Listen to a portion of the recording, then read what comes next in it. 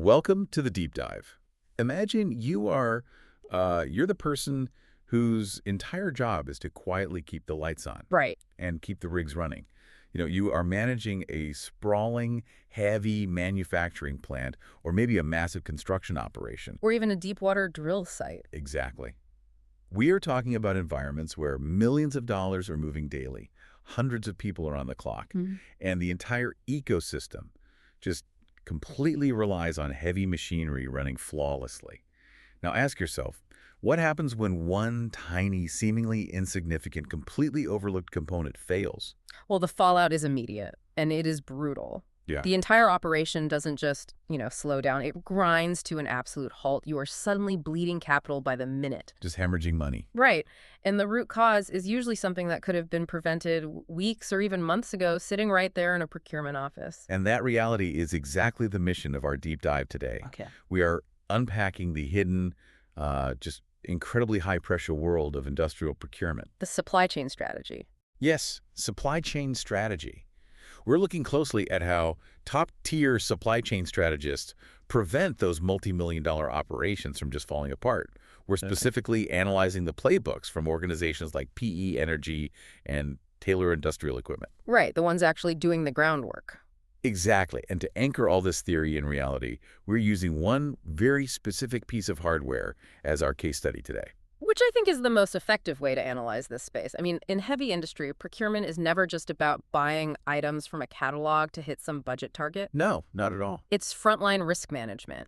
If you make a single avoidable mistake, say, approving the wrong specification for a minor filtration component, the results are catastrophic. You aren't just out the $50 for the part. You wish it was just $50. Right. You are looking at cascading downtime across the entire fleet, catastrophic damage to major machinery components. Oh, yeah. And just massive labor overtime to fix a problem that was ultimately entirely self-inflicted. Okay, let's unpack this. We have a pretty dense stack of sources today. We do. We got strategic procurement guides, technical specifications, real-world case studies detailing heavy machinery maintenance. Yeah. And the absolute star of the technical documentation we looked at is a component known pretty much universally throughout the industry. Yep.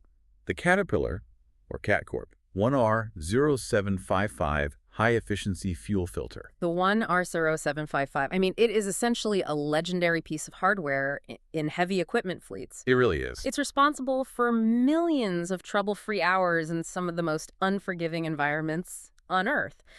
But we aren't really looking at this from the perspective of a diesel mechanic today. Right. We're analyzing it purely through the lens of a procurement strategist. Which is fascinating because looking at the specs for the 1R-0755 style construction, the engineering intent is so incredibly deliberate. The documentation really highlights two massive differentiators. First, the one-piece can design, and second, the non-metallic center tube. Now, if you are just a buyer staring at a spreadsheet of equivalent part numbers, Just looking at the bottom line. right, it is very easy to just glaze over those terms and only look at the unit price. But physically, those two design elements dictate whether an engine survives a 1,000-hour run or completely destroys itself. What's fascinating here is how we can break down the physical reality of that non-metallic center tube. Yeah, let's talk about that too. Because it perfectly illustrates the bridge between granular engineering and macro procurement strategy. In a high-pressure, common rail fuel system, the fluid dynamics and the sheer vibration of the machinery are violent. Just shaking everything apart. Exactly. So if you have a traditional metal center tube inside a filter, there is this constant microscopic risk of metal fatigue. Under that intense vibration. Right. Under sustained vibration, tiny metal shavings or flakes can actually break off that tube. So the filter itself, the very component designed to protect the system, Yes. actually becomes the source of the contamination. Precisely.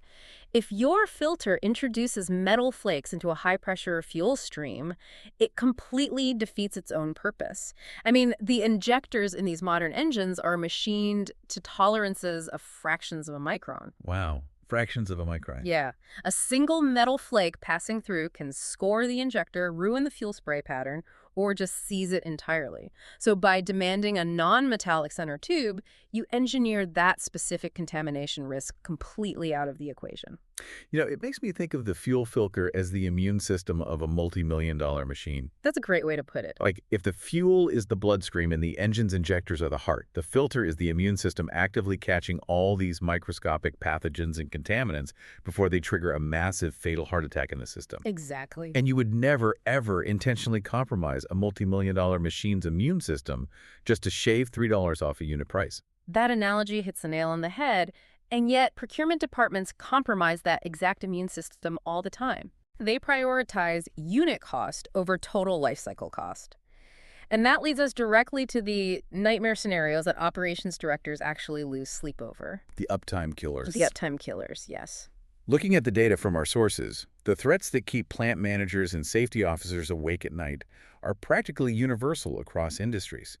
We're looking at contaminated fuel, mismatched specifications. Counterfeit parts. Counterfeit parts, yeah.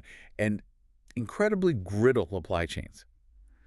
Any single one of these can just blow a massive hole in a quarterly operating budget. And out of all of those threats, the counterfeit trap is easily the most insidious. Because it's so hard to catch. Right, because it actively bypasses your standard quality control checks. We aren't talking about knockoff consumer goods here. Counterfeit industrial parts represent a severe, unmitigated safety hazard. Because they look identical to the genuine article. Right. Counterfeit 1R-0755 will have the exact same yellow paint, the exact same logo font, the exact same thread pitch. To a receiving clerk on a loading dock, it scans perfectly into the inventory system. Visually identical, but structurally hollow. Inside, they totally lack that specific one-piece can construction. They don't have the high-efficiency media, and they certainly don't use non-metallic center tubes. No way.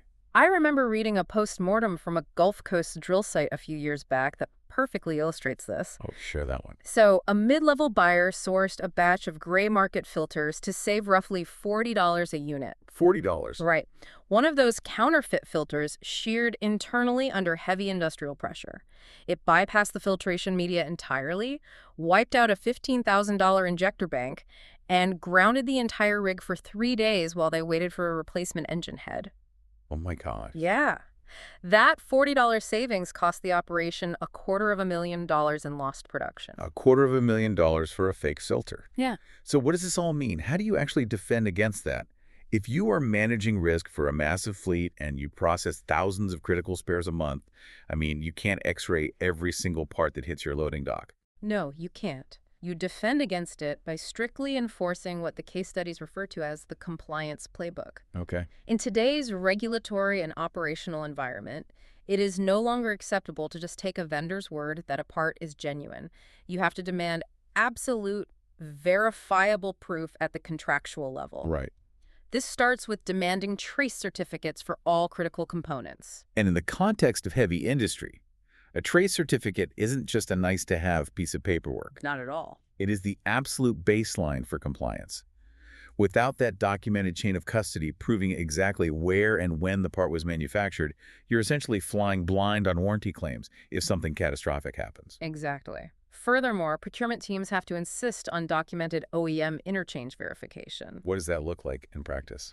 Well, if a wholesale vendor approaches you and claims they have a part that is a direct replacement for the Caterpillar 1R-0755, you cannot accept a simple cross-reference chart they printed off the internet. Right, like a generic PDF. Right. You need engineering-level verification of that interchange. Does the burst pressure match? Does the micron rating match? Maintaining that rigorous traceability is the only way safety officers can confidently sign off on a fleet's readiness. But there's a massive strategic tension here that the sources highlight. You have this constant internal war between insisting on genuine OEM parts versus accepting qualified equivalents. Oh, always. Procurement wants the qualified equivalent because it protects the budget and usually has a shorter lead time. Yep. But operations wants the genuine OEM part because they want the absolute warranty protection. And frankly, they don't want to get fired if the equivalent part breaks the machine. It is the eternal friction in industrial supply chain management. Genuine OEM parts offer the ultimate peace of mind, but they command a premium price and, depending on global supply chains, can have wildly erratic lead times. So sometimes you literally just can't get them. Right. Qualified equivalents can perform identically and save significant capital, but that word qualified, Here's a lot of weight. immense legal and operational weight.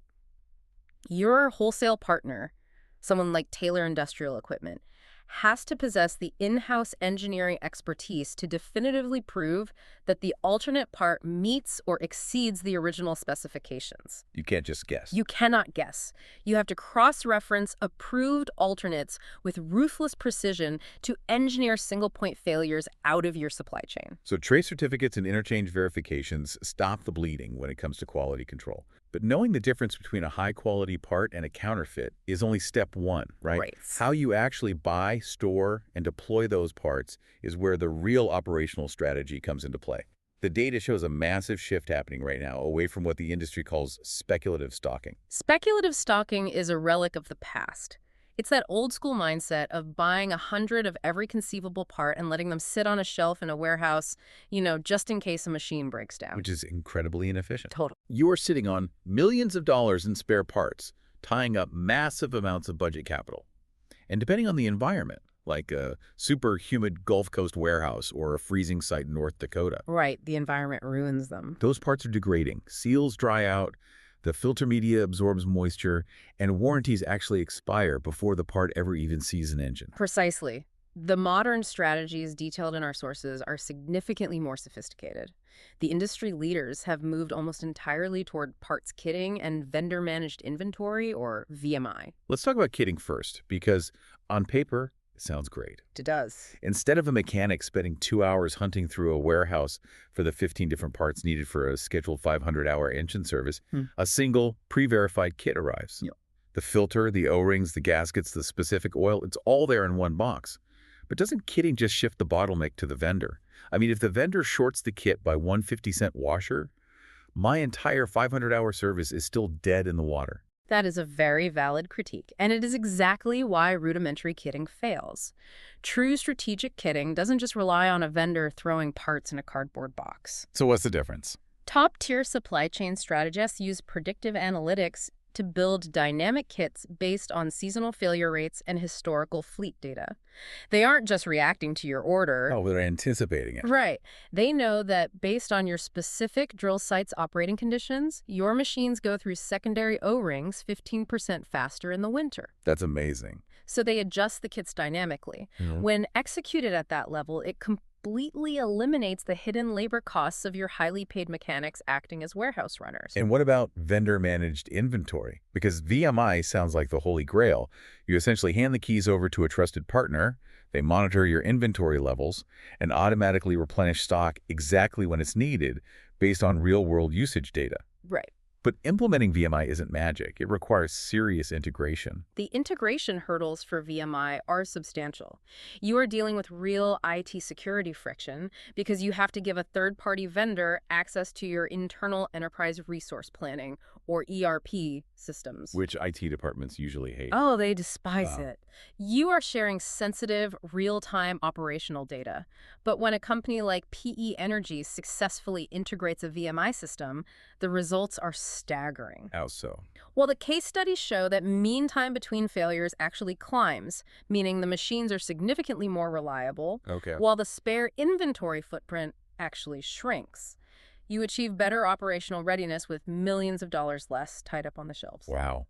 But to pull off vendor-managed inventory, or even just to ensure you're actually getting those high-quality, trace-certified parts we talked about, you have to master the art of the contract negotiation. Yes, you do. Here's where it gets really interesting. This is where the friction between procurement and operations gets solved. How do you force supplier accountability without completely wrecking the relationship? It's a delicate balance. Because you need these wholesale vendors to prioritize you, especially in a pinch, but you absolutely cannot let them dictate the terms. It requires utilizing very specific, legally binding levers in your master service agreements. This is not about aggressively haggling over the unit price of a single fuel filter. Right. It is about structuring comprehensive agreements that align the financial incentives of the vendor with the operational uptime of your fleet. Let's look at the specific levers mentioned in the procurement guides. Bulk pricing is the obvious one. But it's not just buying in bulk, is it? It's establishing volume discounts based on committed annual spends across the entire enterprise, rather than just piecemeal ordering from site to site. Correct. But the much more powerful lever is the lead time guarantee, backed by a service level agreement, or SLA. Okay. This is where the supplier contractually commits to delivering a critical spare to your site within, say, 24 or 48 hours. But an SLA is totally useless without teeth. Meaning penalties. Exactly. If the vendor fails to hit that delivery window, there must be strict financial penalties built directly into the contract. These clauses force absolute supplier accountability. And, if you're listening right now, whether you draft RFPs, sit on safety committees, or approve budgets, these are tactics you can implement this week. It really highlights the subtle difference between an adequate part and a fleet-saving part. Absolutely. And ironically, having those penalties can actually preserve the vendor relationship. How do you mean? Well, if everything is transparent, the vendor knows exactly what the operational expectations are. They understand the financial consequences of missing them. There is no ambiguity or name-calling when a part is late. Exactly. When the penalties are clearly defined upfront, it removes all the emotion from the equation when things inevitably go wrong. And make no mistake, things will go wrong. Oh, definitely. A comprehensive playbook has to account for the worst-case scenario. Even with perfect kitting, flawless VMI integration, and ironclad contracts, unpredictable crises happen. Like a freak weather event. Right, a storm damages a critical generator, or an unprecedented mechanical failure occurs on a piece of bespoke equipment. That is when you have to reach for the emergency pull cord. The emergency air freight. Yeah. We are talking about chartering an overnight flight or hot-shotting a massive, heavy industrial component across the country. I mean, just saying it out loud sounds like a budget-destroying move. It is astronomically expensive. Putting a 3-ton component on a chartered jet will basically annihilate a monthly maintenance budget in a matter of hours. Yeah. It is the ultimate escalation. The absolute rule here, strongly emphasized across all our strategic sources, is that this extreme cost must always be accompanied by a documented mathematical return on investment. A documented ROI for a panic response. Yeah. That completely changes the dynamic of an emergency. It has to. You cannot make the call to charter a plane based on the panic of a screaming plant manager. You have to mathematically prove to the executive board that the cost of the emergency freight is significantly less than the cost of the operational downtime. So show me the math on that. Okay, if a grounded excavator is costing the company $50,000 an hour in lost production, Right. and the replacement part is 3 days away via standard freight, then spending $30,000 right now on a chartered flight is a highly rational, easily documented strategic decision. It's a no-brainer. Exactly. It transforms a panic buy into a calculated procurement victory. It really is a total paradigm shift. Yeah. Which brings us to the big takeaway of our journey today. We started this deep dive looking at a single, unassuming piece of hardware, the Caterpillar 1R-0755 fuel filter. Right. Just a metal can with a non-metallic center tube that screws onto an engine block. But by unpacking the realities surrounding that one part, we discovered an entire high-stakes ecosystem of supply chain strategy. Everything we have discussed today, from demanding trace certificates and documented chains of custody to overcoming the friction of VMI integration and structuring contracts with aggressive SLAs, it all serves one ultimate purpose: turning maintenance from a chaotic, unpredictable cost center that constantly bleeds capital into a highly predictable, manageable line item on a corporate budget. And what becomes crystal clear is that this transformation is almost impossible to achieve in a silo. It really reinforces the immense strategic value of having a wholesale partner like PE Energy or Kaler Industrial Equipment. Definitely. You don't need a vendor who just acts like a passive catalog, blindly taking orders and shipping boxes. You need a dedicated supply chain strategist who understands both the granular fluid dynamics of why a one-piece can matters and the high-level financial levers of a documented ROI for emergency fight. You are ultimately buying operational reliability, not just physical parts. But if we connect this to the bigger picture, it raises a rather profound question about the future of this industry. I always look forward to these. What is the lingering thought here? Well, we have spent this entire deep dive mapping out how to turn maintenance into a flawlessly predictable science. We are advocating for ironclad contracts, algorithmic predictive kitting, strict vendor-managed inventory, and just ruthless efficiency. Right. The entire industry is constantly pushing for supply chains to become perfectly automated, seamlessly integrated via APIs, and heavily data-driven to eliminate every possible ounce of human error. Which makes sense. I mean, human error is exactly what leads to someone buying a counterfeit filter to save $40. True. But if we successfully achieve that perfectly automated, rigid utopia do we risk optimizing the humanity right out of the safety net? Oh. Think about those black swan events. When a completely unpredictable crisis hits, say, a global shipping lane closes, or a natural disaster wipes out a regional hub, you cannot call an algorithm to ask for an emergency favor. You can't. You cannot negotiate an impossible timeline with an API. In a true crisis, survival relies entirely on the goodwill, the mutual trust, and the deep human relationships you have built with your wholesale partners. The question you have to ask is, can a supply chain become so perfectly optimized and so rigorously rigid on paper that it loses the flexibility required to actually survive a messy, real-world shock? That is an incredible thought to leave on. Are we building supply chains that are perfectly efficient in peacetime, but too brittle to survive a war? That is definitely something for you to chew on the next time you are drafting an RFP, negotiating an SLA, or just walking the plant floor. Thank you for joining us on this deep dive into the hidden high-stakes world of industrial procurement. We hope it provided you with some serious, actionable insights to bring into your next strategy meeting. Until next time, keep digging deeper and keep questioning the world around you.